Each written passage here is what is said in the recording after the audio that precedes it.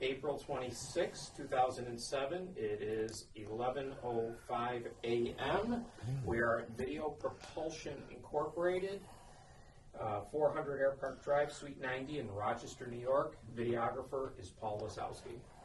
And the interviewer is Mitch Cady, and the interviewee is Jack Foy, baptized John, who was born in Greece, and I'll let John pick it up and say a few things about his early life. Okay, I was born in the northern part of the city of Rochester, a neighborhood known as Shalat, right down by the lake. Lake Ontario. Well, yeah, Lake Ontario, went on the Genesee River. And spent my early years at Holy Cross School until the 8th grade, went through high school at Shalat High School. Then I was done quite well in my studies in that. I was accepted into the Army ASTP program. You want to say what the ASTP is? Yeah, the Army is the Army Specialized Training Program, in which young men who showed a little intellect, a little promise, were sent to colleges, and supposedly in 2 years they get their complete the 4-year college course and get a degree in engineering or some other profession and get a commission in the Army. However, the Army, in its wisdom, all of a sudden decided they needed infantrymen. I went to Cornell University, but get this in order. I was sent to Cornell University, and I spent in 1943, in August of 1943, and I was there until about Christmas time, when the Army all of a sudden decided that they needed infantrymen much more than they needed engineers. So away we all went, infantry training, basic training in Fort Benning in Georgia. The infantry training at that time, I believe, was something like 3 months. And at the end of that time, we were pulled out of there and assigned to the 87th Infantry Division, which had just recently come off of maneuvers in Alabama, Louisiana. Louisiana, I think. Yeah. I wasn't there. Yeah. And so they were a pretty well-trained division, but they decided they needed infantry replacements because they're getting ready to invade Europe at that time, and so they pulled most of the infantry line companies, all the enlisted men out, left the basic sergeants and officers, and took all the riflemen, machine gunners, and so forth out and shipped them over to Europe for replacements for the invasion they knew was coming, and that there would be a lot of casualties, and they knew they'd need replacements. So that's what they did with these men. And you didn't go? No. Well, we just they were already gone when we got there. Mm-hmm. So so you trained until when, Jack? Until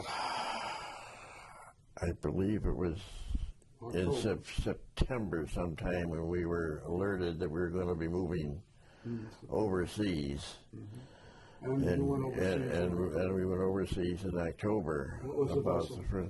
We went over on the Queen Elizabeth, the largest ship afloat at the time, and I had very choice accommodations. I slept in the swimming pool, the first-class swimming pool, of course.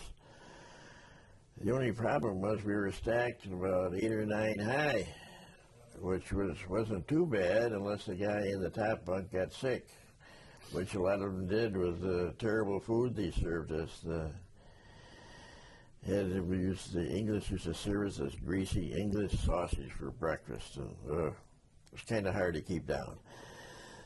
Of course, we were lucky. The boat didn't rock a great deal. It was so huge, and it didn't travel in convoy. It traveled by itself because it was so fast that the German submarines couldn't keep up with it, put a torpedo in it. So it was only about a 4-day, 5 days maybe, crossing. We landed just outside of Glasgow in Scotland. Went aboard in huge barges, I remember. They came out and... Greenock, I think it was. Yeah, Greenock, from the Firth of Forth, something like that. Firth of Clyde. Firth of Clyde, it was, yeah.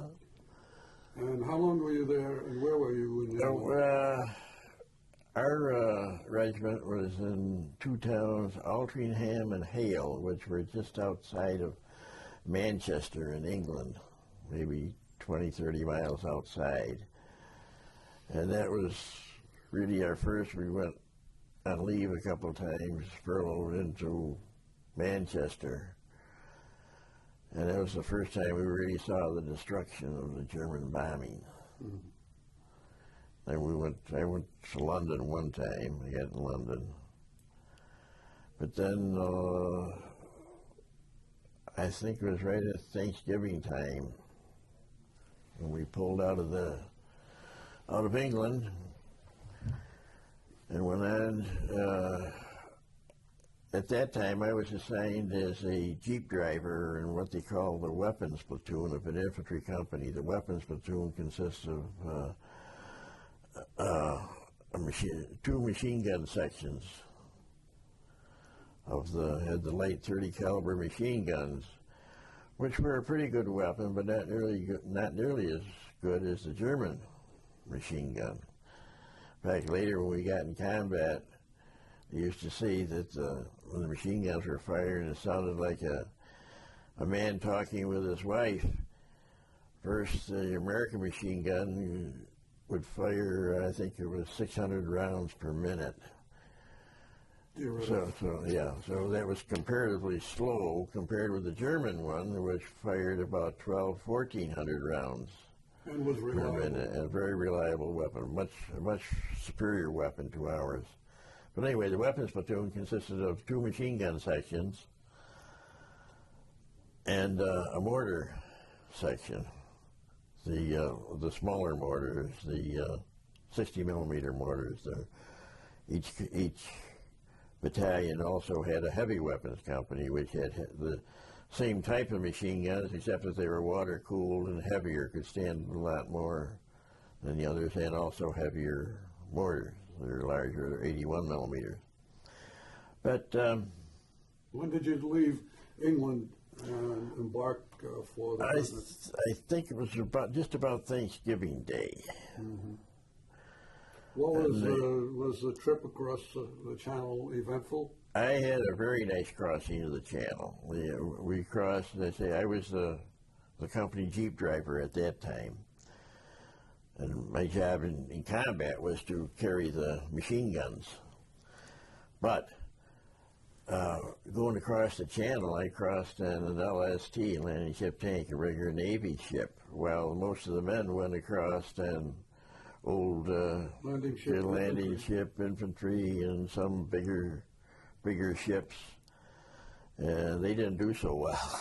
It was quite a bad crossing for them, but for us, there's comparatively few of us on the landing ship tank, and so we had Navy food, which was far superior to Army food, for a couple of days. Better than English food. Oh gosh, English food was horrible.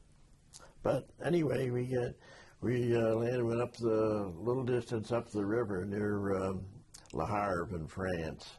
Went up the Rouen River? Rouen? Yeah, Rouen. Rouen River. About 10, 15 miles up the river. And we went ashore there.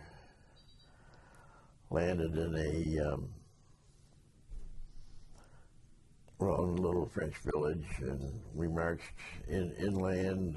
I don't know how far. Anyway, we ended up in a huge apple orchard. I remember that. Very, very cold and wet. And it was raining quite heavily at the time, as I remember. Excuse me, let me just pause tape one moment. I'm sorry. Yeah.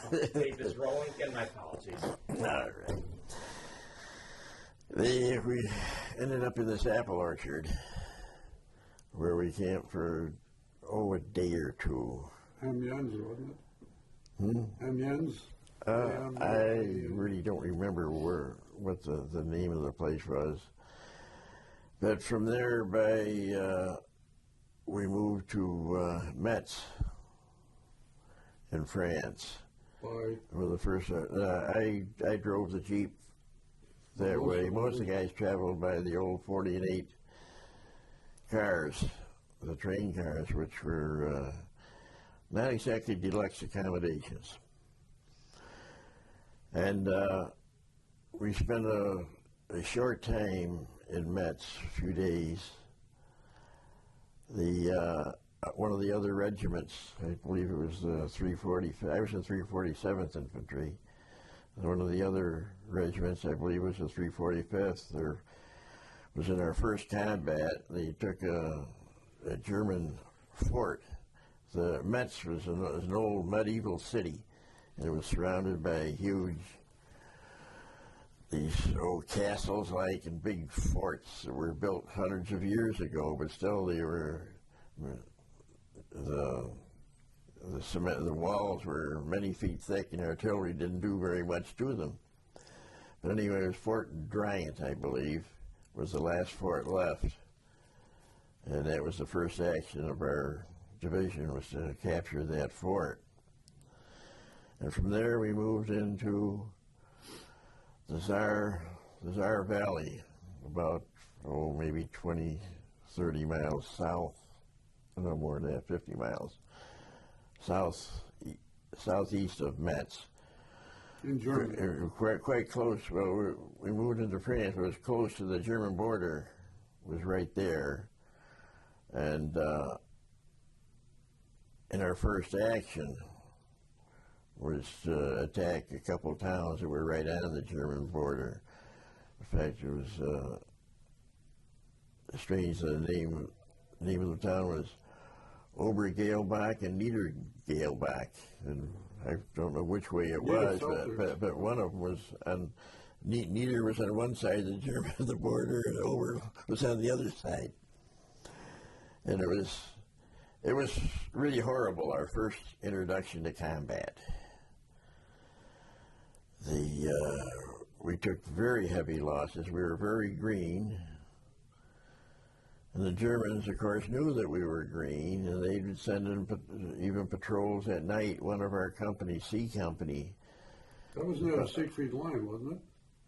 The Maginot line, strangely enough, was going right through our area. The Siegfried line was farther back on the German side.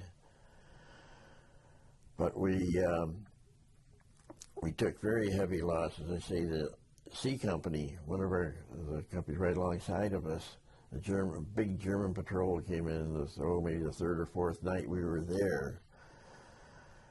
And actually, of all things, used flashlights. Come in and our guys caught them in their foxholes. Of course, a bunch of young, scared kids. And killed quite a few of them and captured, maybe about 20 or 30 of them. Took them in as prisoners. But after maybe 6, 7 days, you kind of became used to combat, I guess. First, you're scared to death. Then after a while, you realize that being scared wasn't going to help you very much.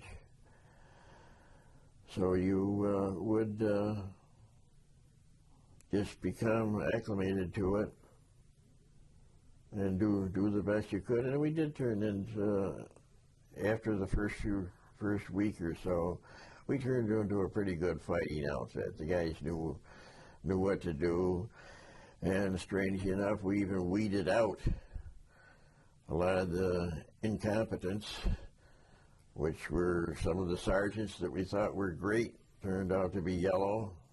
Some of the officers that they thought were great leaders, and that just turned out to be completely useless in combat. And some of those who you thought weren't very good, that was a strange thing. Some of them that were sort of a meek type, especially in the officers' ranks. Some of them that were very meek type men turned out to be the toughest soldiers we had. Anyway, we we spent about 2, almost 3 weeks, I guess, in the SAR until close to Christmas Eve. We pulled out. But to go back a little bit, when I was off of the Jeep, I was for a while. I was with one of the infantry platoons, and during an attack, we were spread out in what they call a skirmish line, which is all the guys were side by side, about 10, 15 yards apart. And a German soldier popped up in front of me about, maybe 30 yards in front of me, and he saw me, and I saw him at the same time, I guess, but I was a little bit faster than he was, and I fired at him, and I think I killed him. As we went by, he was laying on the ground. It was a terrible feeling to think that you had killed a man. But still, it was either him or me. If I didn't shoot him, he would have shot me. And maybe it was him that shot my buddy 20 minutes earlier. You didn't know. But we crossed the border there into Germany, and we're maybe 15 miles or so inside the German border when the bulge started. Of course, we didn't know anything about it, just that we'd heard that things were going kind of rough up in Belgium, up north, and they pulled us out. And I remember that night, it was Christmas Eve. Remember the ride? Yeah, it was cold, bitter cold. And I was coming up through, I was going in Reims, France. I'll never forget that. It was about 300 miles or so. Actual, as the crow flies, it was only maybe 100 and a quarter or something like that, but the way the Army travels, zigzag all over the place. Yeah, well, they wanted to stay on back roads. Yeah. But I was coming through the city of Reims. I'll never forget Christmas Eve. We're going by that big Reims Cathedral, a very famous cathedral. And it was about, 1, 2 o'clock in the morning. And as I say, it was Christmas Eve, and midnight mass in the cathedral was just letting out. And all the French people were all streaming out of the cathedral. We were roaring down the street right in front. And it was a strange feeling. Here they're celebrating the birth of the Prince of Peace, and we're on our way to kill. But I really got in the Christmas spirit that night, though I slept in a manger in an old barn. But anyway, we stayed some little town just outside of Reims for only a couple of days, I believe. And Christmas. Past Christmas Day, and then we started moving north again into the. Of course, we didn't know what it was. We were like we knew what country we were in. But we kept going north, and finally we got into, remember crossing the border into Belgium, and we were put into the line just outside of, about maybe 5, 6, 7 miles west of Bastogne. And 20 Which became celebrated. Yeah, that was the big. There was a big meeting point there. That was our introduction to real brutal fighting.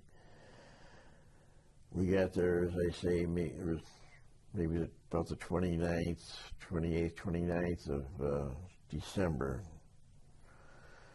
And we didn't have any winter clothes. They're very little. We had overcoats. But the Army, in its wisdom, had decided that the war was going to be over by Christmas time, so they didn't send up any winter clothing. So there we were in weather that got down to, at times, to 10 below zero, and we had field jackets on.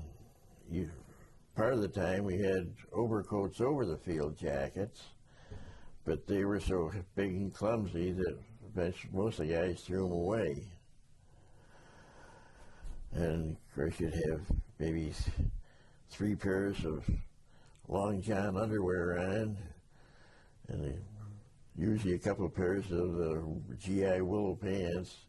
One of the worst things was, though, your feet. We had no protection for our feet. The water would soak right through the GI boots, the shoes, combat boots as they were called then, that most of the guys had. And they did a wonderful job of holding the water in, tight against our feet. And if you didn't Those were called shoe packs. yeah, well, the shoe packs never came until the winter was pretty well over, before we ever got shoe packs.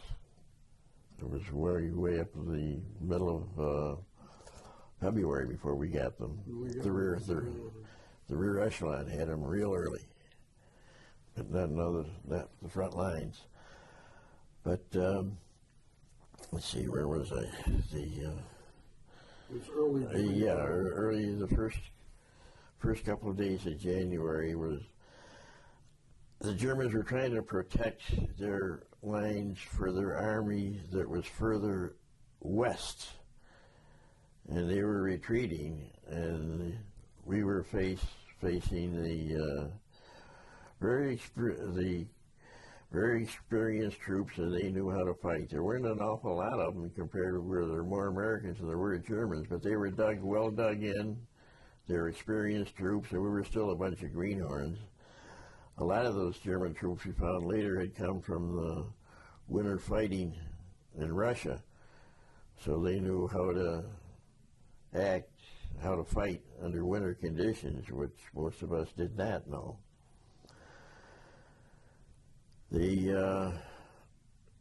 Some of the first units in there took terrific casualties.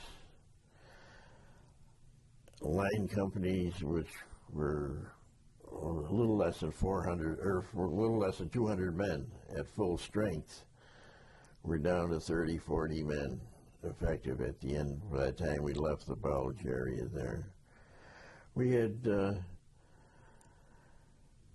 couple of crazy things that happened to me there. Was in the weather, though, wasn't it? Huh? A lot of the casualties. Oh yes, we lost probably almost as many. From frozen feet was the big thing, but also there were frozen hands and legs, things like that. Guys, a lot of guys just had frozen fingers and so forth, but frozen feet was the worst, the most pervasive. And another big problem was that even a minor wound, the guy would get a bullet through his leg or through his arm or something like that, that really wasn't considered a serious wound. But if it incapacitated him, a bullet through his leg, even just the fleshy part that didn't even hit a bone or anything,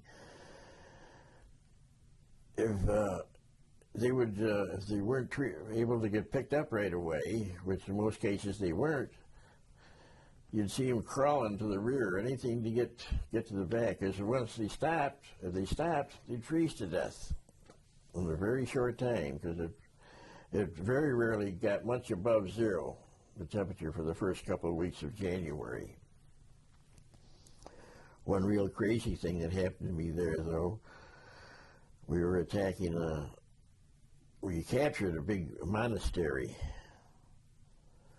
there. Yeah. And so we had been outside at that time in the freezing cold for about a week without ever being inside. And our company commander decided, well, things were just a little bit quiet that night, so we tried to get some of the guys inside. So about half the guys went inside this monastery. Of course, it was almost as cold in there as there was outside, but at least you're out of the snow and the mud for a little while. So anyway, I was on the gun, the machine gun, out in front of the monastery, and 3 or 4 hours later, a couple of the guys came out from inside and to relieve us. So I went into the front door of the place. It was one of those nights where it was completely pitch black. So I'm feeling my way down the hall, found a doorway, opened the door and went into a room, and as I was feeling around in the room, I felt a big wooden box.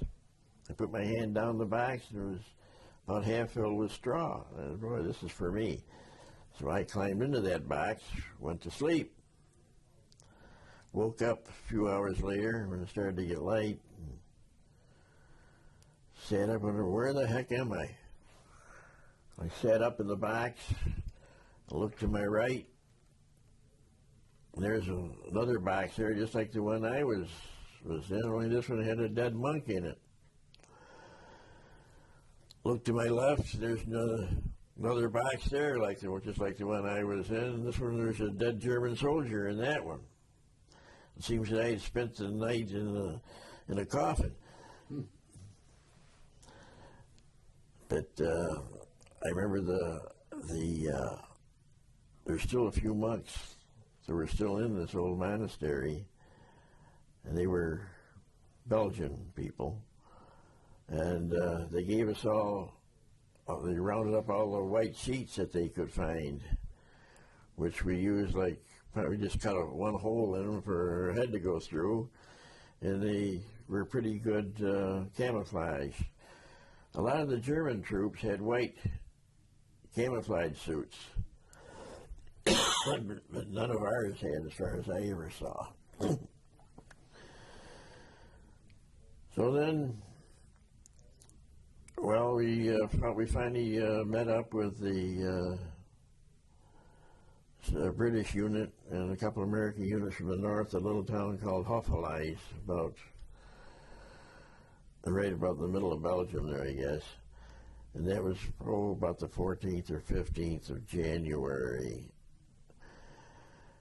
And then we turned and started pushing west until we finally pushed the German army back across the Siegfried line. I think that time there was the hardest fighting of the whole Bulge area from maybe the 1st of January until we finally pushed them all the way out the end of, actually it was probably up into the early February sometime. Living conditions didn't get much better. Oh, nothing.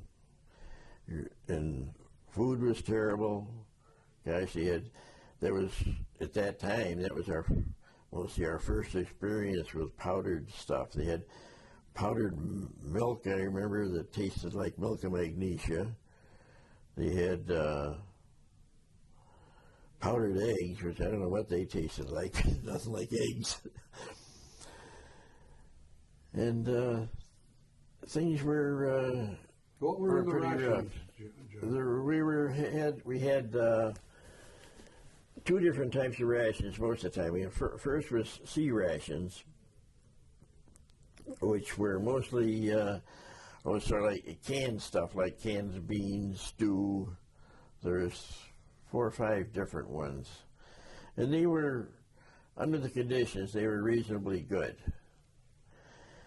And then the next one down the line was K rations, which was supposedly compressed meat. There's meat, eggs, cheese, it came in a little box about the size of the old Cracker Jack boxes. And funny, the box itself is one of the most useful things in it because it was coated with wax, and it burned very good. So it was just enough to heat a cup of coffee.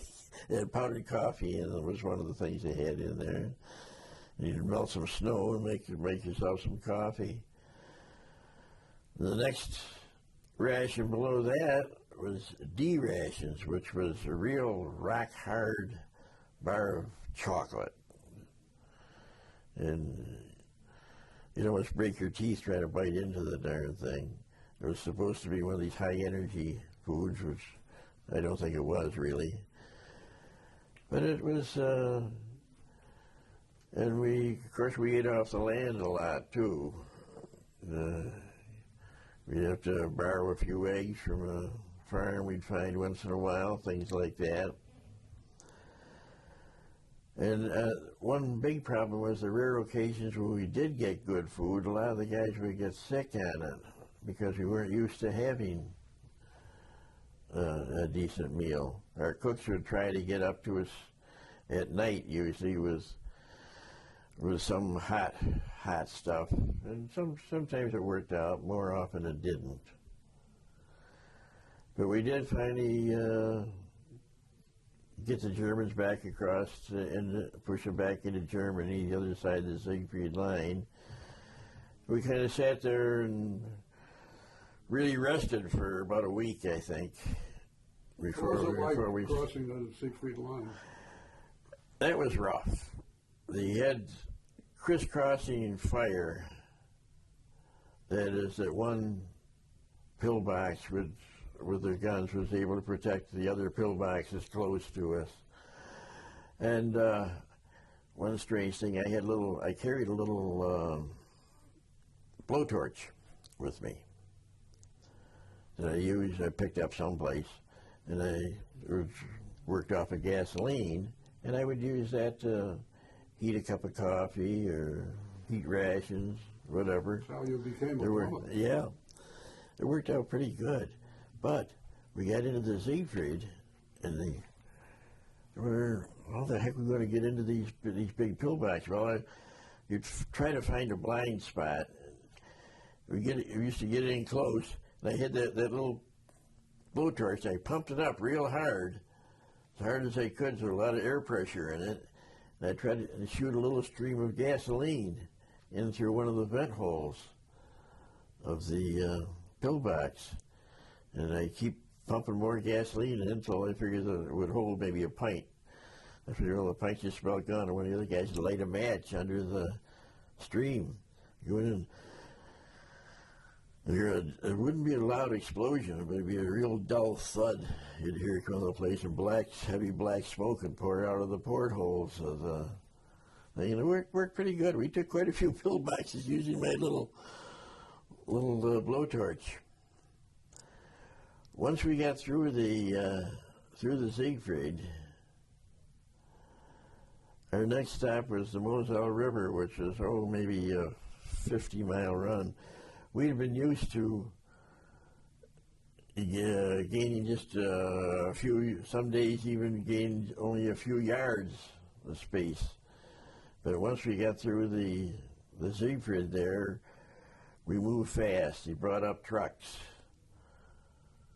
And we moved fairly rapidly from there up to close to the banks of the Moselle River. I remember we were there for a day or so, and they got ready for crossing the Moselle.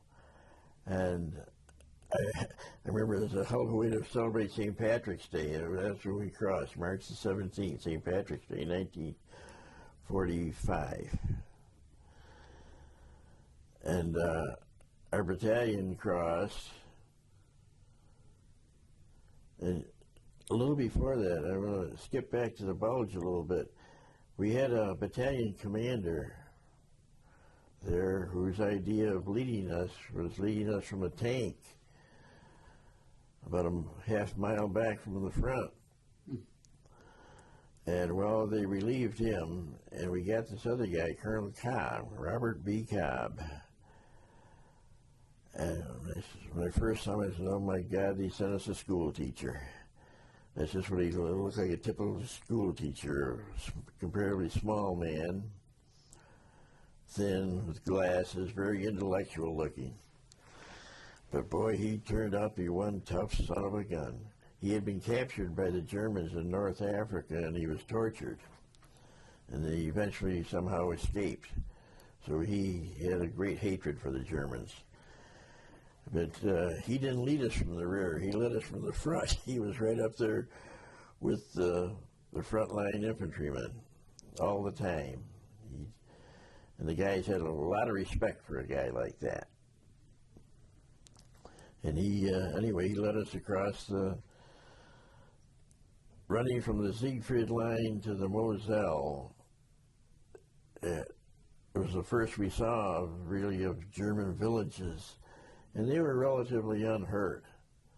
The people were looked in good condition, in contrast to the people of France and Belgium, who were, in a lot of cases, sort of emaciated because they didn't have the right food and so forth, and living under the German occupation. But the German people were in pretty good shape, and their towns and villages weren't destroyed, except those that we destroyed on the way through then, which really weren't very many because the Germans gave up.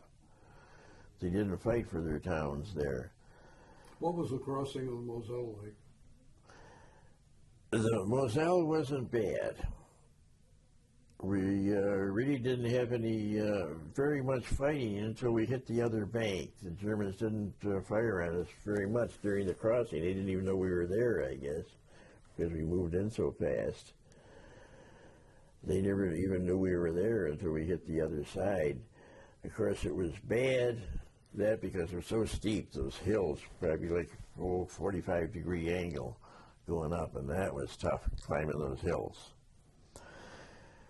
And the Germans then, it was maybe about the big city of Koblenz was maybe about 10 or 15 miles north of where we had crossed. One of the other regiments took Koblenz, and our job, the 347th Regiment, was to cut off right across to the Rhine River, which was a distance of 25 miles, I believe, across that point.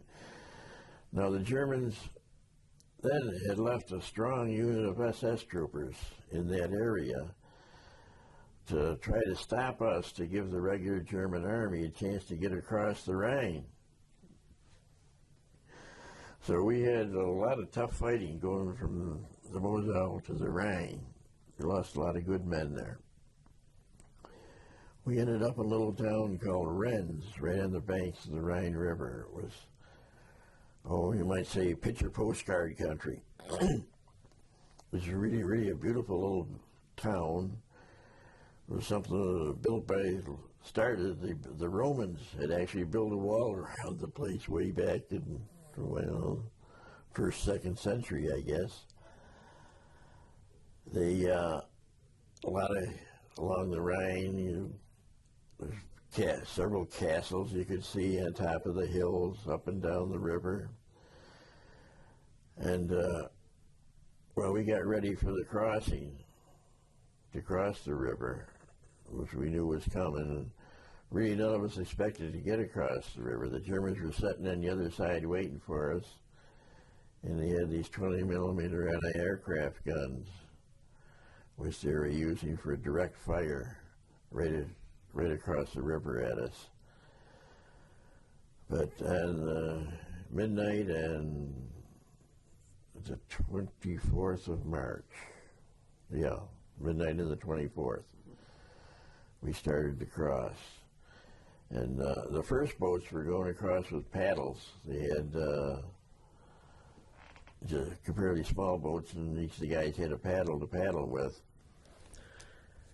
And I wasn't in the first wave. B Company was the first wave, and my company, A Company, was supposed to be the third wave. Well, that sounded like that was the easier job, but in fact, it was just the opposite, because the first wave had a chance of getting ashore before being discovered, but they'd surely know that we were coming. So, anyway, I was a machine gunner, and so my first job was to fire. I had a 50 caliber machine gun then that we took off of a truck someplace, I don't know. And I was firing it from the window of a old hotel right on the banks of the river after our troops had been discovered. And then the yell went up, they needed more.